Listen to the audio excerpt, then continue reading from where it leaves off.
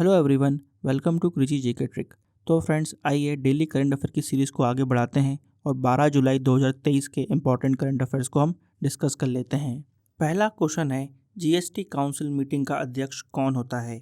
Friends, 11 जुलाई को 50वीं GST council की meeting new Delhi में ऑर्गेनाइज कराई गई, जहाँ पर कुछ इंपॉर्टेंट फैसले लिए गए। जहाँ पर सबसे महत्वपूर्ण फैसला ये देखने को मिलता है कि ऑनलाइन गैम्बलिंग पर अब 28% जीएसटी लगाई जाएगी। यहाँ पर एक और बड़ा फैसला हमको ये देखने को मिलता है कि अब गुड एंड सर्विसेज नेटवर्क यानी कि जीएसटीएन की जो इन्फॉर्मेशन होती है उसको अब prevention of money laundering act के साथ शेयर करना पड़ेगा, जिसके लिए prevention of money laundering act में अमेंडमेंट यानी कि संशोधन किया जाएगा। यानी कि ईडी के साथ जीएसटीएन की इन्फॉर्मेशन आपको शेयर करनी पड़ेगी। तो ये कुछ इंपॉर्टेंट हाईलाइट्स थे जीएसटी काउंसिल की मीटिंग से। तो फ्रेंड्स, यहाँ पर क्वेश्चन है कि जीएसटी काउंसिल की मीटिंग को कौन हेड करता है। तो फ्रेंड्स, यहाँ पर हमको याद रखना है कि हमेशा जीएसटी काउंसिल की जो मीटिंग होती है उसको देश के वित्त मंत्री यानी कि फाइनेंस मिनिस्टर हेड करते हैं, जो कि इस समय है निर्मला सीतारमण। तो यहाँ पर आंसर हो जाएगा ए। आइए थोड़ा जीएसटी के बारे में बेसिक इन्फॉर्मेशन को भी कवर कर लेते हैं। जीएसटी 1 जुलाई 2017 से लागू किया गया था, इस बात को आपको नोट करना है।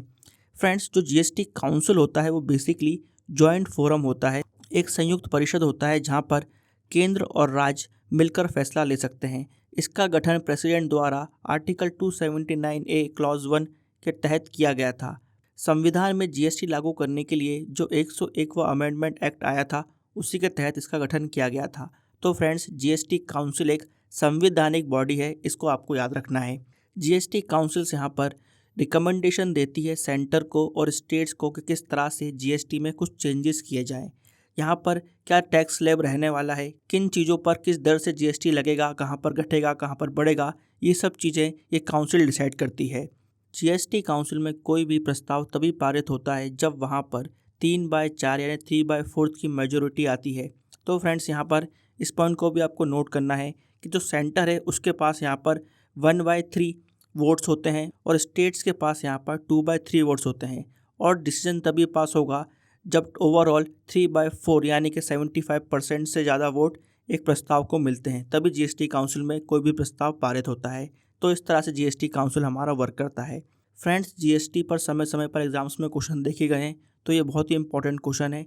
तो यहाँ पर हमने जो भी डिटेल्स डिस्कस की हैं उनको आप नोट करिएगा, बहुत इंपॉर्टेंट डिटेल्स हैं, एग्जाम में आपको जरूर इस पर क्वेश्चन देखने को मिलेगा। आइए देखते हैं नेक्स्ट क्वेश्चन। PBWRS1 गेहूँ की नई किस्म किसके द्वारा विकसित की गई। ये विकसित की गई है पंजाब एग्रीकल्चर यूनिवर्सिटी द्वारा, यानी कि यहाँ पर आंसर हो जाएगा सी। ये नई किस्म इसलिए इम्पॉर्टेंट है क्योंकि ये ओबेसिटी और डायबिटीज़ टाइप 2 की जो रिस्क होती है उसको कम कर देती है। साथ ही में फ्रेंड्स, यहाँ पर ये बताया जा रहा है कि हार्ट डिसीजेस के लिए भी ये गेहूँ काफ़ी फ़ायदेमंद है और यहाँ पर हृदय से रिलेटेड जो भी रोग होते हैं उसको रोकने के लिए भी ये गेहूँ काफ़ी कारगर रहेगा। इस वैरायटी में जो RS है वो बेसिकली रेजिस्टेंट स्टार्च के लिए स्टैंड करता है, इस बात को भी नोट करिएगा। आइए देखते हैं नेक्स्ट क्वेश्चन। हाल ही में कौन उज़्बेकिस्तान के राष्ट्रपति चुने गए हैं। तो फ्रेंड्स, यहाँ पर शौकत मिर्जियोयेव उज़्बेकिस्तान के राष्ट्रपति के रूप में फिर से नियुक्त हुए हैं। उज़्बेकिस्तान के संविधान में संशोधन कराकर उन्होंने वहाँ पर स्नैप इलेक्शन कराए, जहाँ पर उन्होंने अपना कार्यकाल बढ़ाकर 5 से 7 साल कर लिया है, यानी कि आने वाले 7 सालों तक वो उज़्बेकिस्तान के प्रेसिडेंट रहेंगे। और यहाँ पर उज़्बेकिस्तान में जो इलेक्शन हुए थे उसमें 87% वोट उनको मिले हैं, यानी कि एक भारी भरकम जीत उन्होंने यहाँ पर हासिल की है, जिससे इस बात का अंदाज़ा लगाया जा सकता है कि वो उज़्बेकिस्तान में कितने लोकप्रिय हैं। इससे पहले वो 2021 में उज़्बेकिस्तान के राष्ट्रपति के रूप में दूसरी बार नियुक्त हुए थे और यहाँ पर अब उन्होंने स्नैप इलेक्शन कराकर अपने प्रेसिडेंट के टर्म को बढ़ा लिया है। क्योंकि फ्रेंड्स, यहाँ पर हम बात कर रहे हैं उज़्बेकिस्तान की, तो आइए कंट्रीज़ इन न्यूज़ में आज हम उज़्बेकिस्तान को कवर कर लेते हैं। उज़्बेकिस्तान की राजधानी है ताशकंद, इसकी मुद्रा है उज़्बेकिस्तानी सोम। इसके पड़ोसी राज्य जो बहुत ही इंपॉर्टेंट हैं, इनको नोट करिएगा, वो हैं कज़ाकिस्तान, किर्गिस्तान, तजाकिस्तान, अफ़गानिस्तान और तुर्कमेनिस्तान। उज़्बेकिस्तान सेंट्रल एशिया की कंट्री है और ये डबल लैंड लॉक्ड कंट्री है, इस पॉइंट को भी नोट करना है। इतिहास में हम तैमूर का जिक्र करते हैं, वो तैमूर उज़्बेकिस्तान से ही आते हैं। उज़्बेकिस्तान का सबसे ऊंचा पर्वत है खजरे सुल्तान। अमूद दायरा उज़्बेकिस्तान की सबसे लंबी नदी है। और फ्रेंड्स, इंडिया और पाकिस्तान के बीच जो 1965 में ताशकंद समझौता हुआ था वो उज़्बेकिस्तान की राजधानी में ही हुआ था, जो समझौता भारत के उस समय के प्रधानमंत्री लाल बहादुर शास्त्री जी और पाकिस्तान के अयूब खान ने साइन किया था। इस समझौते के साइन होने के कुछ समय बाद हमारे प्राइम मिनिस्टर जी की रहस्यमय तरीके से मृत्यु हो जाती है। फ्रेंड्स, यहाँ पर इस बात को भी आपको नोट करना है कि उज़्बेकिस्तान शंघाई कोऑपरेशन ऑर्गेनाइजेशन के फाउंडिंग मेंबर्स में आता है। तो फ्रेंड्स, यहाँ पर हमने उज़्बेकिस्तान को डिटेल में कवर कर लिया है। आइए देखते हैं नेक्स्ट क्वेश्चन। अन्य भाग योजना का संबंध किस राज्य से है? इस योजना का संबंध कर्नाटका सरकार से है। कर्नाटका के मुख्यमंत्री सिद्धारमैया जी ने एक बहुत ही यूनिक स्कीम निकाली है, जहाँ पर इस योजना के जो लाभार्थी रहेंगे उनको यहाँ पर 5 किलो चावल की बजाय 5 किलो चावल की जो कीमत चल रही है बाज़ार में उतना भुगतान किया जाएगा। उनका यहाँ पर ये कहना है कि प्रदेश में इस समय चावल की कमी है, इसलिए वो राशन की दुकान में चावल नहीं बेच पा रहे हैं, तो उसकी एवज में अब वो 5 किलो चावल की जो नगद कीमत होती है वो यहाँ पर लाभार्थियों को देंगे। तो फ्रेंड्स, ये योजना कहाँ की है? कर्नाटका की है। क्या नाम है? अन्य भाग योजना। इसको आपको याद रखना है। इस स्कीम के तहत 24 रुपये प्रति किलो के हिसाब से डायरेक्ट कैश ट्रांसफ़र किया जाएगा। यहाँ पर जो भी BPL फैमिलीज़ हैं और अंत्योदय फैमिलीज़ हैं, यानी कि प्रदेश में जो लगभग 1 crore 28 lakh ration card holders हैं, उनको ये स्कीम बेनिफिट देगी। फ्रेंड्स, यहाँ पर हम कर्नाटका के बारे में भी कुछ पॉइंट डिस्कस कर लेते हैं। कर्नाटका की राजधानी है बेंगलोर। वहाँ के मुख्यमंत्री इस समय हैं सिद्धारमैया और वहाँ के गवर्नर हैं थवरचंद गहलोत जी। आइए अब देखते हैं next question. Lokmanya Tilak award से किसे सम्मानित किया जाएगा? फ्रेंड्स, इस अवार्ड से हमारे प्राइम मिनिस्टर नरेंद्र मोदी जी को सम्मानित किया जाएगा। नरेंद्र मोदी जी को ये अवार्ड 1 अगस्त को पुणे में दिया जाएगा। ये अवार्ड प्रधानमंत्री जी को उनके असाधारण नेतृत्व और नागरिकों के बीच देशभक्ति की भावना बढ़ाने के लिए दिया जाएगा। प्रधानमंत्री 41वें व्यक्ति होंगे जिनको इस अवार्ड से सम्मानित किया जाएगा। फ्रेंड्स, लोकमान्य तिलक, जिनको हम बाल गंगाधर तिलक के नाम से भी जानते हैं, वो भारत की आज़ादी की लड़ाई में गर्म दल के नेता थे। बाल गंगाधर तिलक ने ही महाराष्ट्र में गणेश पूजन और शिवाजी पूजन की शुरुआत की थी। इस पॉइंट को भी आपको नोट करना है। वो 2 अखबार के एडिटर भी थे, मराठा और केसरी। इस पॉइंट को भी नोट करना है। आइए देखते हैं नेक्स्ट क्वेश्चन। ये क्वेश्चन बहुत ही इंपॉर्टेंट है। The global multi dimensional poverty index किसके द्वारा जारी किया जाता है? फ्रेंड्स, ये इंडेक्स UNDP और OPHI के द्वारा जारी किया जाता है। UNDP यानी यूनाइटेड नेशन डेवलपमेंट प्रोग्राम और OPHI यानी Oxford poverty and human development initiative. ये दोनों मिलकर the global multi dimensional poverty index को रिलीज़ करते हैं। इस रिपोर्ट ने यह बताया है कि भारत पिछले 15 सालों में 415 मिलियन लोगों को गरीबी रेखा से बाहर निकालने में कामयाब रहा है। फ्रेंड्स, ये हमारे देश के लिए बहुत ही गौरव की बात है कि हमने इतने सारे लोगों को गरीबी रेखा से ऊपर उठाया है।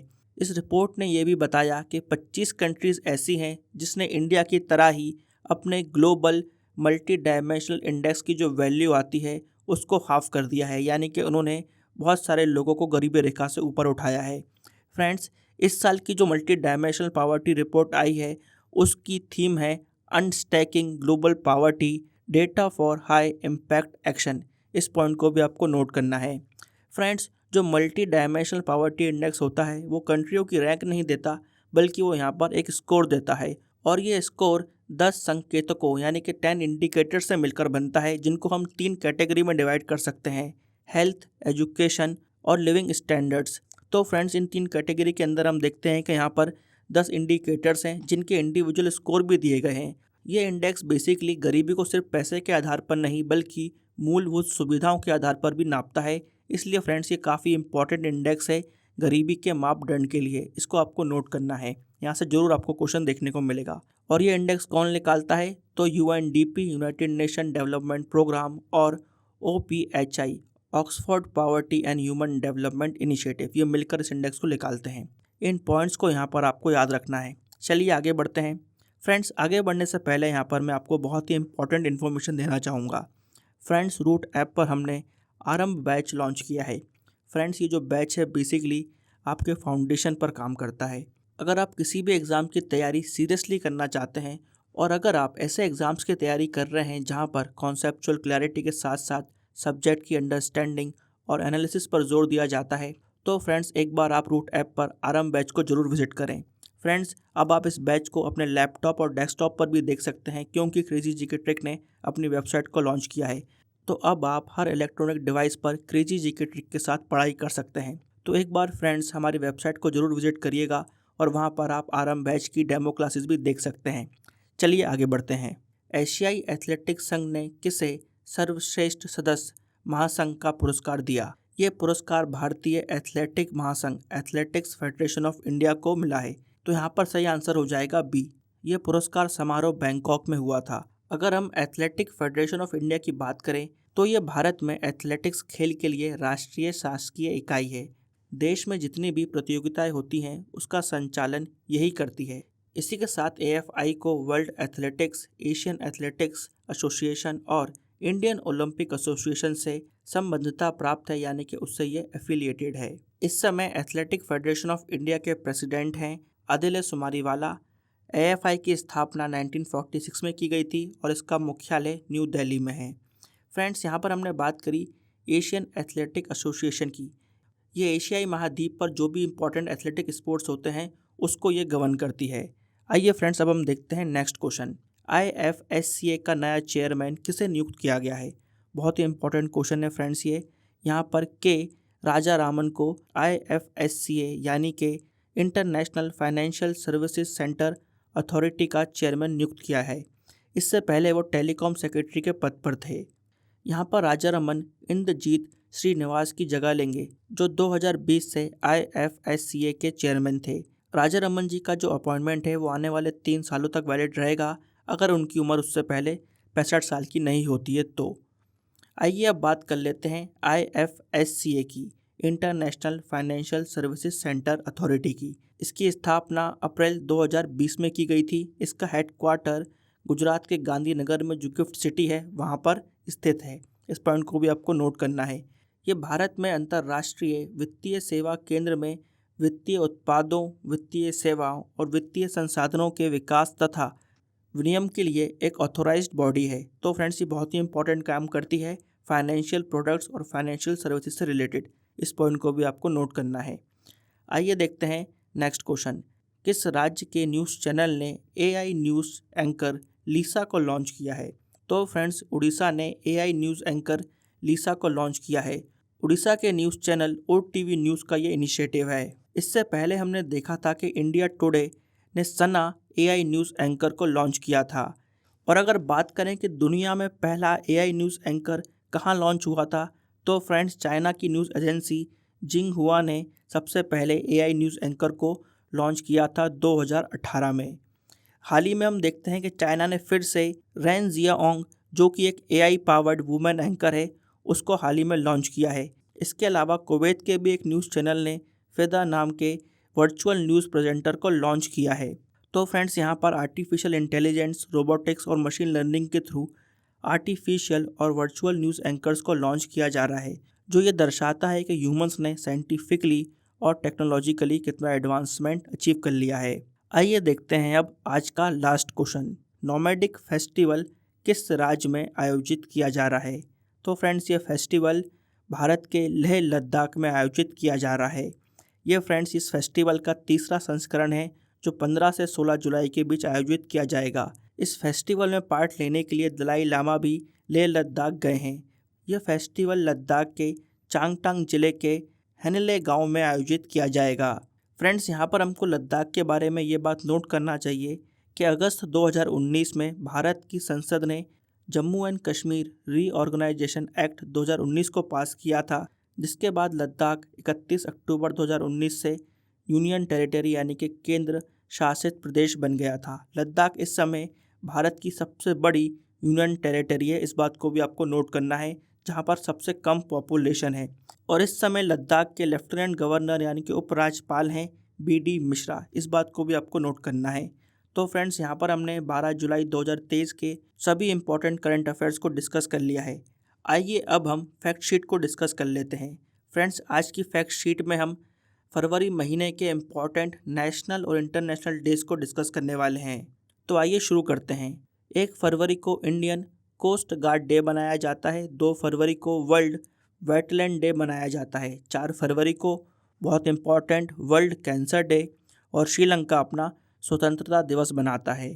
6 फरवरी को international day of zero tolerance for female genetical mutilation मनाया जाता है। 8 फरवरी को इंटरनेशनल सेफर इंटरनेट डे मनाया जाता है। 11 फरवरी को वर्ल्ड डिसीज़ डे मनाया जाता है। 12 फरवरी को डार्विन डे मनाया जाता है। 13 फरवरी को सरोजनी नायडू जी का जन्मदिन होता है। 14 फरवरी को सेंट वैलेंटाइन डे मनाया जाता है। 15 फरवरी को international day of child cancer मनाया जाता है।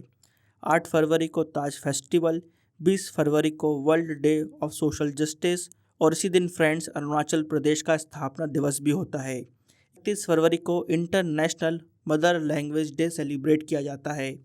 22 फरवरी को वर्ल्ड स्काउट डे, 24 फरवरी को सेंट्रल एक्सरसाइज ड्यूटी डे, 27 फरवरी को वर्ल्ड एनजीओ डे और 28 फरवरी को नेशनल साइंस डे मनाया जाता है, जो बहुत इंपॉर्टेंट है।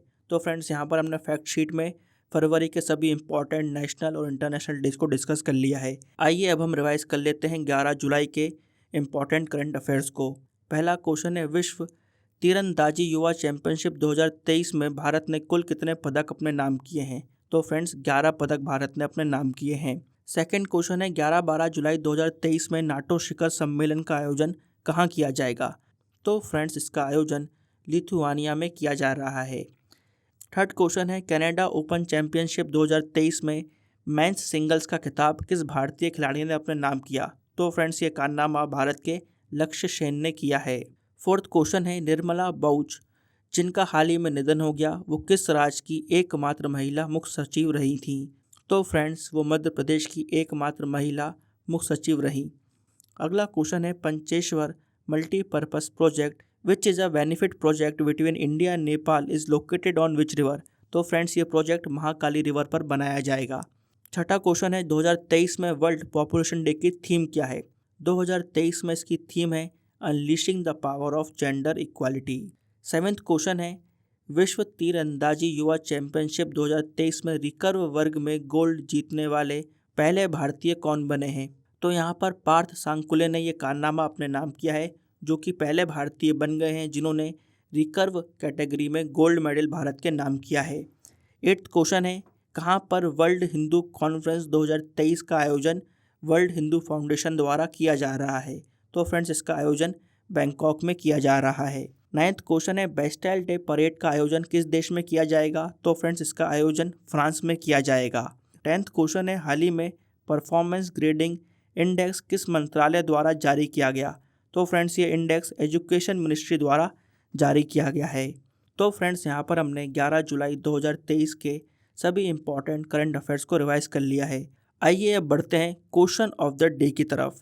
तो फ्रेंड्स आज का क्वेश्चन ऑफ द डे है, किस संशोधन अधिनियम द्वारा जीएसटी को भारतीय संविधान में शामिल किया गया? तो फ्रेंड्स बहुत ही इंपॉर्टेंट क्वेश्चन है, इसका आंसर आपको मुझे कमेंट बॉक्स में देना है। अगर फ्रेंड्स आपको डेली करंट अफेयर की पीडीएफ चाहिए तो वो आपको हमारे टेलीग्राम चैनल पर अवेलेबल हो जाएगी। अगर आपने हमारा टेलीग्राम चैनल सब्सक्राइब नहीं किया है तो उसकी लिंक आपको डिस्क्रिप्शन बॉक्स में मिल जाएगी, उसको सब्सक्राइब करना ना भूलें। इसी के साथ फ्रेंड्स अगर आपको आज का सेशन अच्छा लगा हो तो इस वीडियो को लाइक करें और शेयर करें। तो फ्रेंड्स यहाँ पर हमने 12 जुलाई 2023 के सभी इंपॉर्टेंट करंट अफेयर्स को डिस्कस कर लिया है। मिलेंगे कल फिर डेली करंट अफेयर सेशन में। जब तक के लिए friends bye bye and take care.